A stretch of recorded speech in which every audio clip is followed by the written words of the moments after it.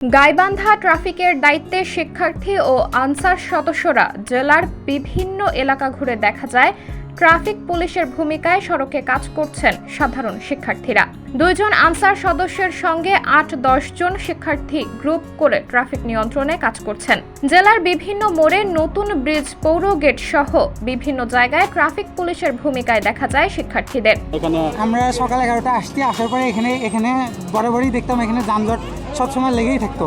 তো এখন চেষ্টা করতেছি এখানে যাতে কোনোভাবেই যানজট আর কি না হয় এখানে। তো এখন এই ব্রিজের মধ্যে গাড়ি রাখার কারণে দেখা যায় যে বেশিরভাগ সময় অনেক যানজট এখানে হয়।